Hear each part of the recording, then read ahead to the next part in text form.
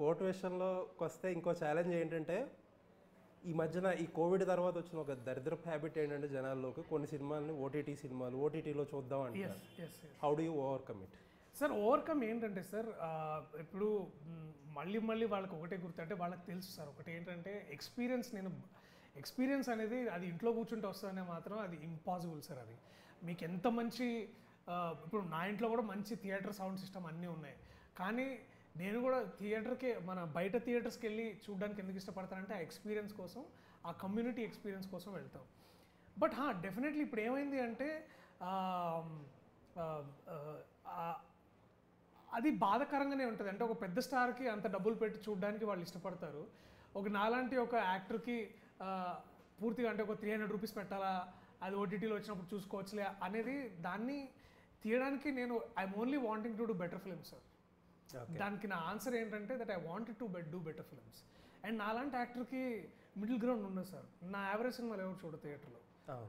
నేను either hit సినిమానే ఇవ్వాలి, అంటే నాకు ఇంకో ఆప్షన్ లేదు. నాకు నేను బెస్ట్ సినిమా ఇస్తేనే ఐ కెన్ ఆస్ దెమ్ కొంచెం గట్టిగా డిమాండింగ్ అడగొచ్చు, please come watch this in theatres అని.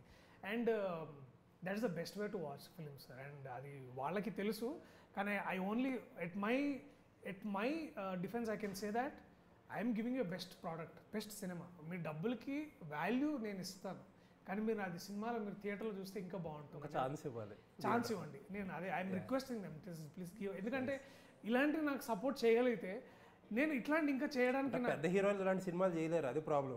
నానిగారే చేయలేరు, ఇది వర్కౌట్. ఎగ్జాక్ట్లీ. సో అలాంటప్పుడు మీరు ఇలాంటి కథలు చూడాలంటే వీటికి కూడా మీరు డబ్బులు పెట్టాలి. అండ్ ఇప్పుడు ఇలాంటి కథలు చేయాలనే బాధ్యత మాకెంత ఉందో ఇలాంటి కథలు నిలబెట్టే బాధ్యత ప్రేక్షకుడికి కూడా ఉంటుంది కొంచెం. Well said. అండ్ ఇంకొకటి, ఒక ఫీడ్బ్యాక్ మీ పర్ఫార్మెన్స్ గురించి ఆడియన్స్లో కనిపిస్తుంది నాకు. ఐ డోంట్ నో మీ దాకా వచ్చిందో లేదో. ఒక రకమైన రిపిటేటివ్నెస్ వస్తుంది, ఒక డిక్షన్ కానీ లేకపోతే పర్ఫార్మెన్స్ కానీ కొన్ని రోల్స్లో సిమిలారిటీ, బాగా రిపిటేటివ్నెస్ కానీ మోనోటనీగా అనిపిస్తుంది అన్నట్టు. Okay okay. మీ దాకా వచ్చిందా ఈ ఫీడ్బ్యాక్? నిజంగా రాలేదు, బట్ మీరు అంటున్నారు కాబట్టి I think definitely let me look in to it. అంటే ఒకసారి వెళ్ళి నేను కూడా ఇంపార్టెంట్ ఫీడ్బ్యాక్ కాబట్టి నేను definitely I look in to it. Thank you sharing. Very nice అండి.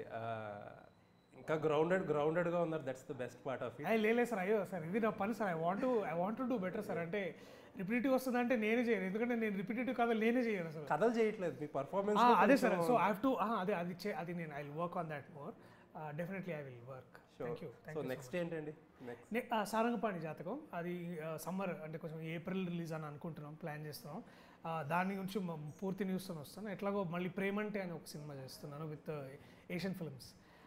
నేను Anandi, Janvi Narang is the producer. So అది ఈజ్ షూటింగ్. అండ్ గీతా ఆర్ట్స్లో ఒక సినిమా నడుస్తుంది. So that is these are on currently. So packed schedules అంతే కదా.